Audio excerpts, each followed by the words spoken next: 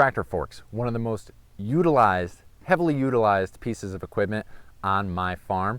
Let me explain what I did before I got these forks, which was a complete shenanigans, and how I chose these ones, what they've done for me, and some considerations that you might want to take into consideration if you're purchasing tractor forks for your farm.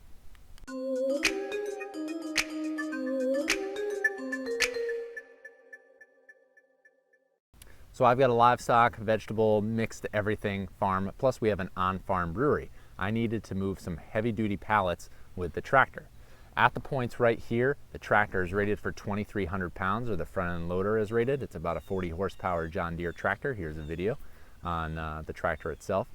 And I needed some heavy-duty forks. And what I did originally to save some money, because these bad boys are between $800 and $1,000 depending on where and when you buy them, is that I bought the cheaper $150 fork add-ons for your tractor bucket.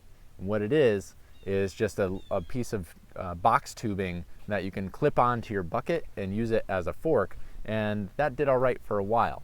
But what happened was that with the tractor bucket was 18 inches away from the point, so if you figure here plus this to the edge of the bucket and then the fork, there was no way I was lifting 2,000 pounds with that. Plus, a new bucket's about $1,800, and all that weight started to make a bow in my bucket and bend it. That was a big mistake. So, bit the bullet, bought the forks, and have never looked back.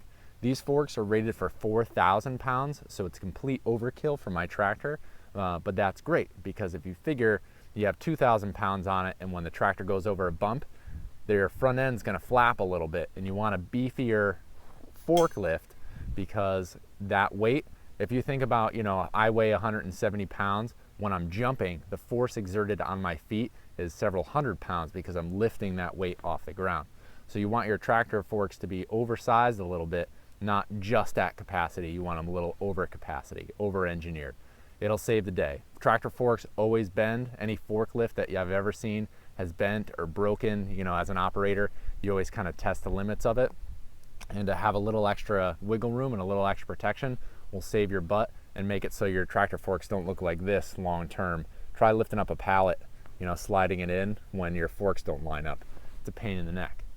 So these ones specifically they're John Deere, or they're made for a John Deere tractor. They have quick connect points.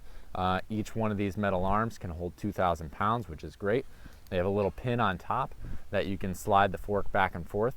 What I do is get in between the forks, lift it up just a little bit, and then slide it. If you just try to slide it, it'll bind, and it's a pain in the neck.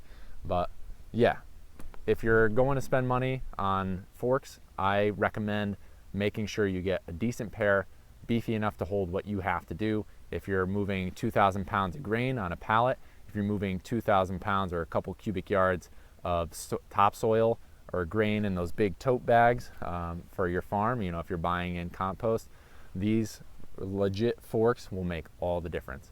If you have any questions about forks, this is kind of a simple video, but yeah, let me know in the comment section below. And if you're interested in more of my equipment or what are the other things I do on farm, subscribe to the channel. Thanks for stopping in. I appreciate it. And until next time, I will see you out in the field.